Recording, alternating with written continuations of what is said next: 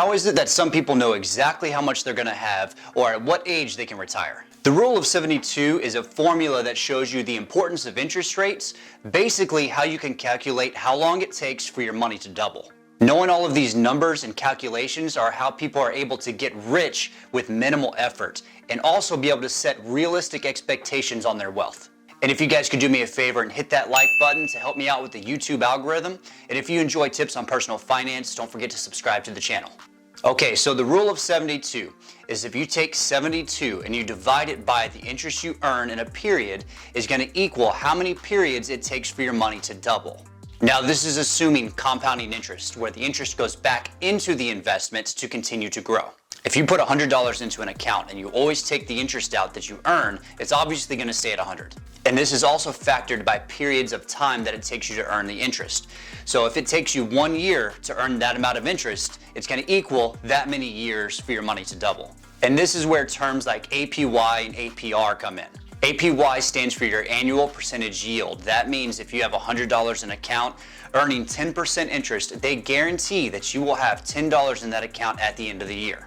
APR, however, is your annual percentage rate, where they will take that $10, divide it by 12, and then that's how they know how much interest to pay you every month. You would end up with more on an APR because it's compounded every month. Every month that you receive interest, now the calculation is higher and you get a little bit more each month. But typically your bank accounts are going to pay you in an APY, and then when you borrow money from the banks, they're going to give you an APR. That's just the way it works.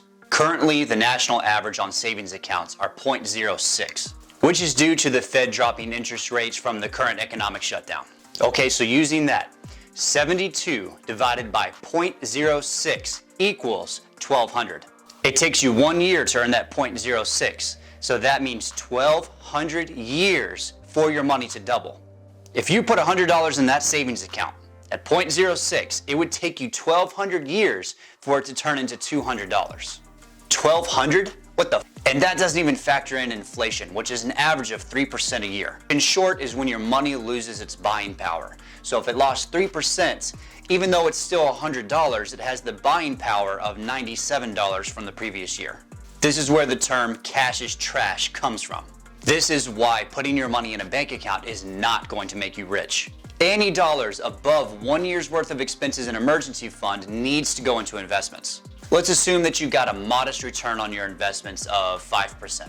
If we take 72 divided by 5, we get 14. So the 5% is annual, so that means my money is going to double every 14 years. Okay, you're 18, you put in $100 into an investment account earning 5%. If it doubled every 14 years, it would go 200, 400, 800. You look at that and you think, what if I had a zero? 1,000, 2,000, 4,000, 8,000. And playing with these numbers can become very addicting. So let's put in 5,000 to start with, which would double every 14 years to 10,000, 20,000, 40,000. And this is assuming that you left it on autopilot and didn't add anything over your lifetime. So what happens if we start with 5,000 and we add $100 every month? 5,000, 33,000, 89,000, $201,000. Like I said, it's very addicting and fun to look at your potential. Get a compounding interest calculator on your phone. You can plug in your own numbers and see what your potential is. But this really highlights the importance of your interest rate returns. 72 divided by the interest rate you are earning is how long it is going to take for your money to double.